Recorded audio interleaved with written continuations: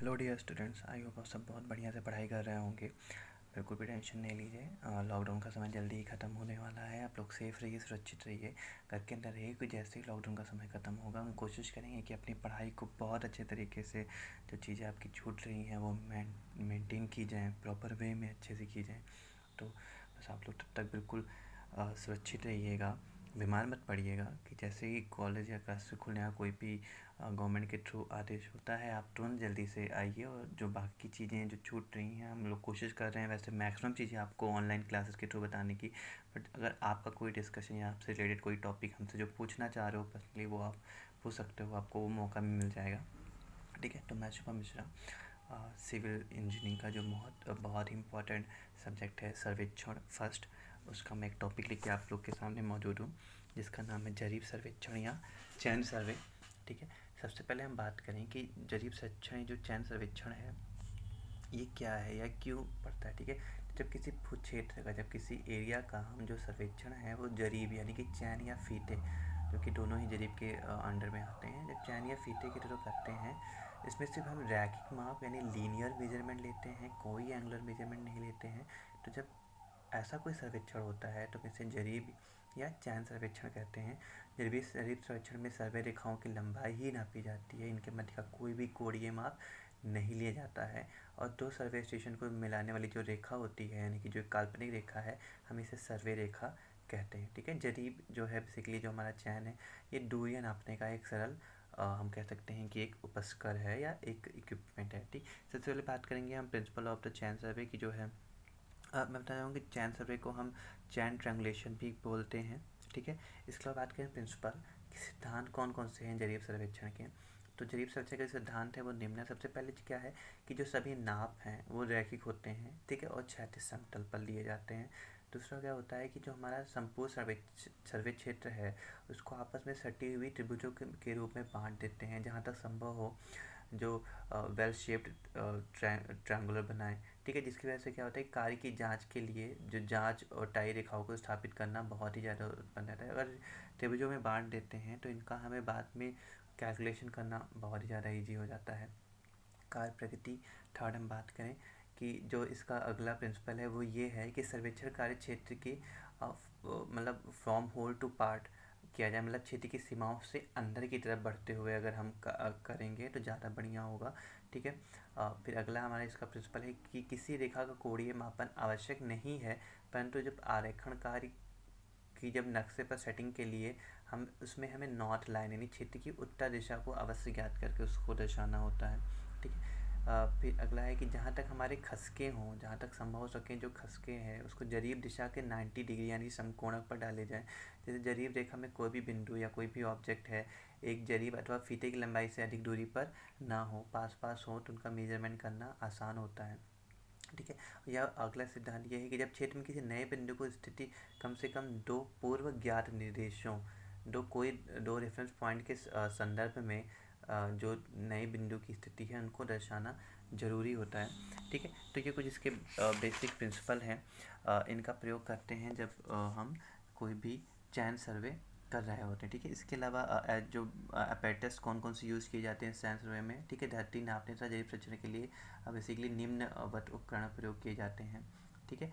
चयन हमारा जरीब या चयन होता है मेट्रिक एंड नॉन मेट्रिक दो टाइप का होता है। ठीक है। फीता होता है टेप, एरो या मार्किंग पिन जिसको सुआ या तीर बोलते हैं, आरेखन दंड बोलते हैं जिसको हम रेंजिंग रॉड बोलते हैं, ऑफसेट रॉड जिसको खसका दंड बोलते हैं, खूटी या पैक। ठीक है।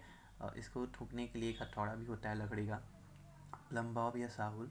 ठीक है। झंडियाँ, लाइन रेंजर और समकोण रेखा डालने के लिए ओपन क्रॉस स्टाफ या ऑप्टिकल स्क्वायर का प्रयोग करते हैं, क्योंकि अभी हमने जो है प्रिंसिपल में पढ़ा है कि जहाँ तक संभव हो सके जो खसके हैं जरीब दिशा के समकोण यानी 90 डिग्री पर डाले जाते हैं। ठीक है। तो इसके लिए हमें जो है ओपन क्रॉस स्टाफ या ऑप्टिकल स्क्वायर जिसको गोल या भारतीय प्रिज्मी घुनिया कहते हैं, इनका प्रयोग करते हैं। इसके साथ ही साथ फील्ड बुक की आवश्यकता भी हमें पड़ती है, पेंसिल, रबर, चाकू, इनकी भी आवश्यकता पड़ती है। सबसे पहले मैं आपको बताना चाहूँगा चैन के बारे में कि चैन क्या है। ठीक है। तो ज़मीन का ज़मीन को नापने के लिए अगर हम बात करें कि एक हथियार के रूप में चाहे पटवार या कोई भी हो, तो वो चैन का ही प्रयोग करते आ रहे हैं। ठीक है, जरीब से जो काफ़ी शुद्ध मेज़रमेंट किया जा सकता है। ठीक है, इसे हम भू नापकी भी कहते हैं, भू नापकी भी इसे कहा जाता है। जो चैन होती है वो 4 mm मोटी जस्तीकृत मृद इस्पात की तार की लिंक से, मतलब बहुत सारे तार होते हैं, इनके लिंक से बनाई जाती है। और हर कड़ी के सिरे पर घुंडी बनाकर, घुंडी मतलब घुमावदार बनाकर, उसमें तीन छल्ले यानी कि मध्य का छल्ला गोल होता है और उसके दो अगल बगल के पार्श्व के जो छल्ले होते हैं वो अंडाकार होता है। तो इस प्रकार से इन कड़ियों को आपस में लंबाई की दिशा में जोड़कर चैनें बेसिकली जो है वो बनाई जाती हैं। ठीक, बेसिकली हम बात करें कि चैन कौन कौन से प्रयोग किए जा रहे हैं, तो मैट्रिक चैन या मेट्री चैन की हम बात करें, तो जो हमारा मैट्रिक चैन, ये जो मेट्री चैन है, ठीक है,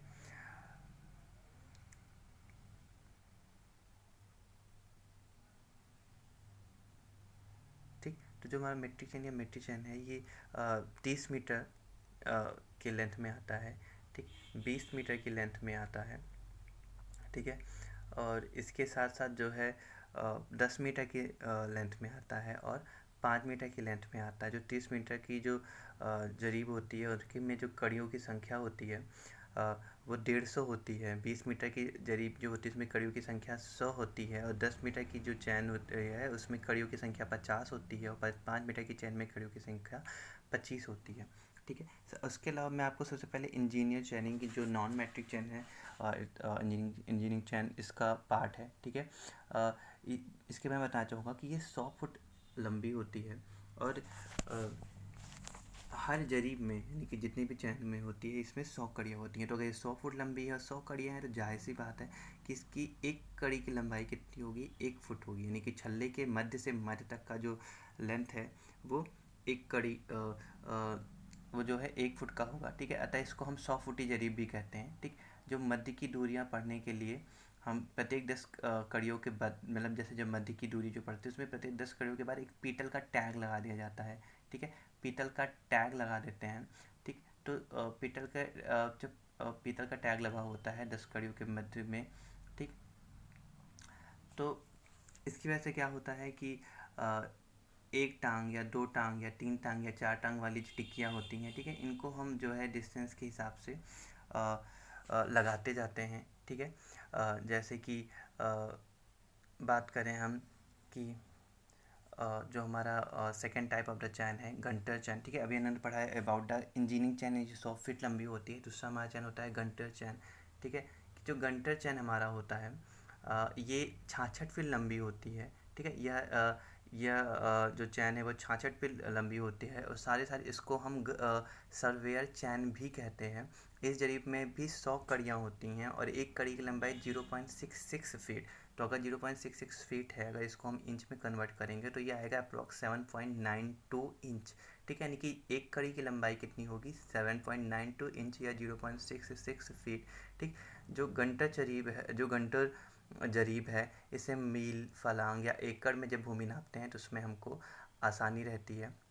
क्या होता है कि इस जरीब में 10 कड़ियों के अंतराल पर एक टिक्की लगी होती है, यानी कि जो पीतल का टैग होता है वो 10 कड़ियों के अंतराल में होता है और गंटोर जरीब से दूरी जरीब तथा कड़ियों की संख्या में पढ़ी जाती है।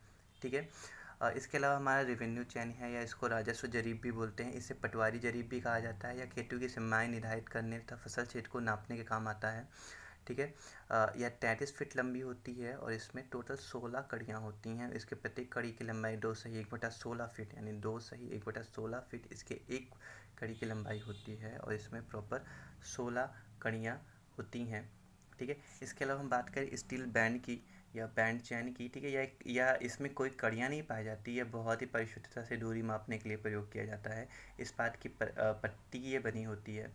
ठीक है, इसकी चौड़ाई 12 mm से 16 mm तक होती है और इसकी मोटाई 0.3 mm से 0.6 mm तक होती है। लंबाई में ये 20 मीटर या 30 मीटर जैसे भी मीटरी प्रणाली में उपलब्ध होती हैं।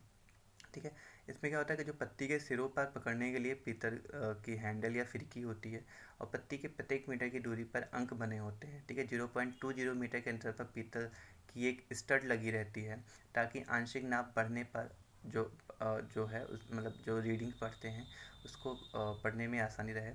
पत्ती के दोनों सिरों पर 20 सेंटीमीटर की दूरी तक सेंटीमीटर के निशान भी बने रहते हैं।